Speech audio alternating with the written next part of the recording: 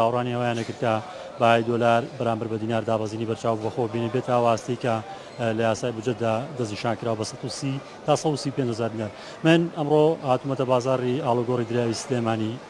باهای دۆلار بەرامبەر بە دیناری عێراقی بۆ 100 دلار 148,600 دینارە. شارەزایەکی ئەو بوارەوە هاوکات کە لە بازار ئەڵگۆڕی دراوەکە کاک ئیسماعیل محەممەد ئەزمونێکی زۆرت هەیە خەڵکی چاوەڕانی ئەوەیە کرد باهای دۆلار بەرامبەر بە دینار دوای پەسەندکردنی بودجە بێت باهای کە لە ڕژوسیەت تاکە دەستنیشان کراوە بۆ دانابەزی بۆ هەر باهای دۆلار بەرز بەخێر بێن خۆی لە ڕاستیە ئێستا منیش و تۆش و بینەرانیش بیسەرانیش هەموو چاوەڕێەوە بووین ئێستا بەلای کەمەوە 100 دلاری ئەمریکی لە 140,000 دینارا بێت. لە ئێستادا ئەتوانین بڵێن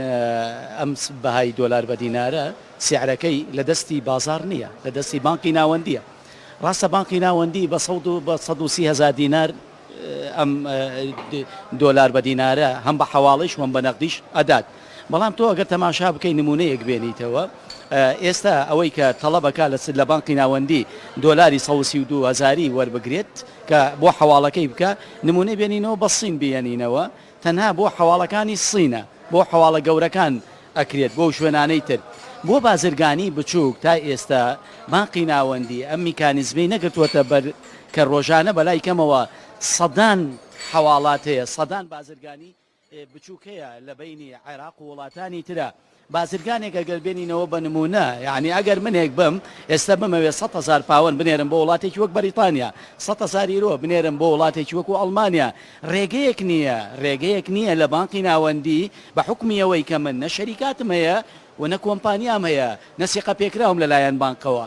ئەم بازرگانیە بچووکە لێرە ئیهمال کراوە. بانکی ناوەندی ئەم ڕێگانەی کە گرتوۆتە بەربۆی باهای دۆلار بە دینار بێنێتە سەرسکەی خۆی و سیعرەکەم یەکسان کاتەوە لەگەڵ سیعری ڕسمی بانقی ناوەندی ئەبێ بێ ئاگای لەمە بێت. ئەو 100,000 پاوەنە ئەو 100,000 یورۆیە من ئێستا ئەبێ ناچار بم لە وڵاتێکی دەرەوە ئەم دۆلارەکە بەگران بکڕم لە بازار هەم لە تورکیا یا لە دوبەیەوە ئەم حواڵە بکەم. ئەمە میکانیزمێکی دانەناوە بۆ ئاسانکاری بۆم حواڵاتە پێم وایە ئەمە قورساییەکی دروست کردووە لەسەر بازار. ئەم کۆمپانیانەی کە کراون بە یەک لە پێشووترا و بانقی ناوەندی هەر 5 کۆمپانیایەک و کردوێتی بە کۆمپانیایەکی دەرەجەیەک بۆی پارەیان باتێ هیچ نەبێ ئەم کۆمپانیانە ئێستا بخاتە سەرسکەی خۆی ئەم بازرگانیە بچووکە کە هەیە چونکی ئەم بازرگانیە بچووکەش دوجار پارەسپیکردنەوە نییە. دوجار بەڕێزت بای 100,000 یورۆ یا 100,000 پاوەند هەر ناوێکی لێ ئەنی لە وڵاتێک کاڵایەکت کڕیوە ئینفۆیس و فاکتۆرت لایە ئەکرێ مادام تۆ کۆمپانیات نییە خۆت شەریکاتت نییە لە ڕێی کۆمپانیاکانەوە مادام ئینفۆیسی مەزبوطە و فاکتۆری مەزبوطە ئەبێ بانقی ناوەندی بەڕاستی ئەمە بخاتە سەرسکەی خۆی ئیتر نازانین بانقی ناوەندی ئاگای لەمە نییە یا خۆیان بێ ئاگاکەن لەم حەقیقەتە ئەینا تۆ بتەوێ بەو سەریعەیە بەهای دۆلار بە دینار دابەزێنی ئەتوانێت چونکی ئێستا ئەوەی کە حکمی بەهای دۆلار بە دیناری بەدەستە بانقی ناوەندیە و بانقی ناوەندی ڕێگا چارەکانی بەنیوە ناچڵ گرتووەتە بەرد. لە کۆتایی ماوەکانی ساڵی ڕابردوو بەهای دۆلار ئاو بەرزبوونی بە خۆبینەوە بەرامبەر بە دینار سەرباری چەندین ڕێکاری ئەنجومەنی وەزیران بانکی ناوەندی ئەوە بوو دەستنیشانکردنی باهاکی لە پرۆژە یاسای بودجەتدا یعنی کەی بەهای دۆلار دێتە ئەواسی کە لە بودجەتدا دەستنیشان کراوە ڕێکار پێویست چییە کە بگیرێتە بەرچ لەلایەن بانکی ناوەندی چیان ئەمە یەکێ بوو لە پرسیارەکان کە ئێستا بۆم باس کردیت ئەمە جوابێکی پرسیارەکاتە. جوابی دووەمەوەیە دۆلار ئەبێت تەڵەبی نەمێنێت دۆلاری کاش تەڵەب نەمێنێ. چۆن تەڵەب نامێنێ ئەگەر بازرگانیە بچووکەکان بێتە سەرسکە و بۆمان بکەن یعنی حواڵات نمونە مێنایەوە لە کۆمپانیاوە بیکەن سەر بە بانک بێ یا بانکێک دابنێن بازرگانی ئەوانەی کە ئەیانەوێ حواڵاتی بکەن و بازرگانی بچووکیان کردووە و پارەکانیان بگاتە شوێنی خۆی و کاڵاکەیان بۆ بێ بەمە وا ئەکا ئەو تەڵەبەی کە لەسەر دۆلار هەیە بە کاش بۆ بازرگانی بچووک ئەم تەڵەبە نەمێنێ لەسەر دۆلار. دوجار خەڵکێ هاوڵاتی دۆلاری بۆ چییە؟ ئەوەی ئەگەر دۆلارێکی لابێ غەزنی کردبێ و پارەی تری پێنیە دۆلارێکی تر بکرێ و غەزنی بکات لەبەرەوە دابەزینی بەخۆیەوە ئەبینێ ئەگەر ڕێگاکان بگرێتە بەر. هەر ئێوە هەموو تەبێژی بازاڕەکان شارەزایان کە لەو بارن سەتانەوە بکاتە بانکی ناوەندی ڕێژەی ڕۆژانەی فرۆشی دۆلار قەتە زیاتر قەتە بازار و باقی کەمتر داوەزی ئێستا ڕۆژانە زۆرە خاتە بازارەوە بۆ باقی هەر بەرز تا ئێستا ئەو زۆرە نییە. ئێمە لە پێشی ئەوەی بودجەت تەسبیت بکرێت لەگەڵ بەڕێستانە قسەمان کرد وتمان ئەم 190,200 ملیۆنە کیفایەت نییە بۆ ئەوەی بەهای دۆلار بە دینار دابەزێنێت. لە ئێستادا ڕاستە لە ئەنجومەنی نوێنەران تەسبیت بووە سەرۆکۆمار تەسبیتی کرد لە جەریدەی فەرمی دەوڵەت ڕۆییوە تا هەژدەی مانگ مۆڵەتی بووە یعنی تا دوێنێ مۆڵەتەکە تەواو بووە ئیتر لەمە دووە ئەبێ بانکی ناوەندی و ئەنجومەنی وەزیران زۆر فرۆش بکات ئەم 200 بەرێ بۆ 300 ملیۆن بۆ 350 ملیۆن بۆی کارێک بکات دیناری ناو بازار تەواو کۆکاتەوە دۆلارەکانیش بە حواڵە بنێرێ ئەگەر دینار نەما لە بازارە دۆلار زۆر بوو ئەو کاتە بە ئاکەی دابەزێت تا ئێستا ئەم فرۆشە هەل لە 200 ملیۆن ماوەتەوە لە 210 ملیۆن ماوەتەوە ئینتیزاری ئەوەمان هەیە کەی ئەم فرۆشە زیاوەکە خاڵێکی تری ئەوەی کە بەهای دۆلار بە دینار دابەزێنێ ئەبێ ئەم فرۆشە زیاوکە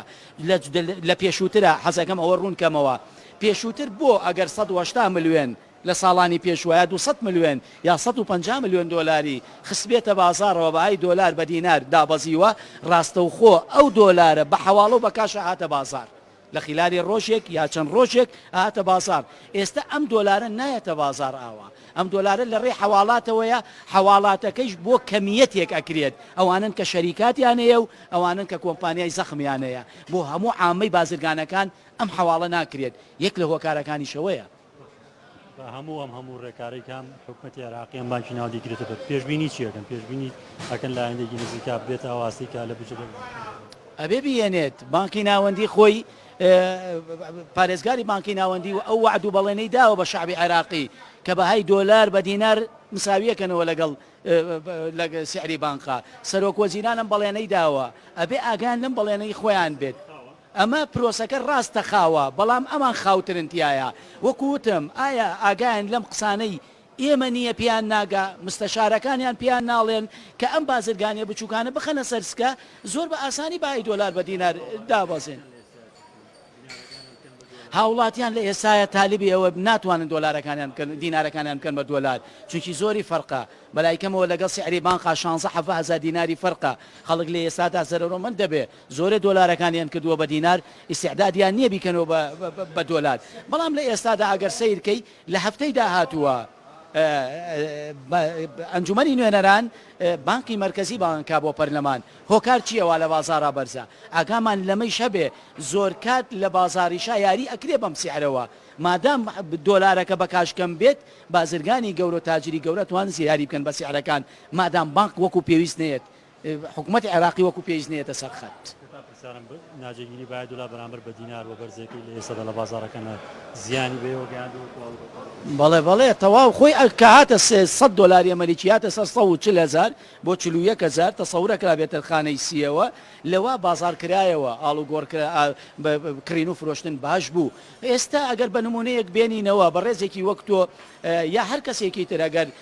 20,000 دلاری دانابێ بیدا بە ئۆتۆمبیلێک ئێستا یعنی تەماشاکە دۆلارەکەی بە 148,500 بکرێ زۆرە ئەگەر لە 135,000 بیکڕێت فەرقەکەی زیاترە بەلای کەمەوە 3-4 دلار فەرقەکە سەبری گرتووە ئەمە کارێکی کردووە بازار بۆسێنێ خۆی لە ڕاستیە ئەم بای دۆلار بە دینارە لە سیعرێکا جێگیر بێ ئەگەر لە 148 جار جێگیر بێت بازارەکرێتەوە لە 135 جار جێگیر بێت بازارەکرێتەوە بەس یاریکردنەکەی ناتەبیعیە تەماشاکەی لە جەژنەوە تا ئێستا لە خلاری دوو مانگان ئەم یاریکردنە ناتوانانی بڵێن دەستێکی سیاسی لە پشتەوەیە بانکی ناوەندی و بانکی مرکزی عێراقی لە هەفتەی داهاتووە دێتە پەرلەمان ئەبێ جوابی ئەم پرسیارانەی من و تۆ بەڕێز هەموو بینەرانیش باتەوە بۆ ئامادەبوونت ئەوەی بینەر و بیسەری بنووتی ئیسماعیل محەممەدێکی لە هەڵگورکارانی دراوە لە شاری سلێمانی کە لەسەر هۆکارەکانی بەرزی بای دۆلار بەرامبەر بە دیناری عێراقی بۆ ئێمە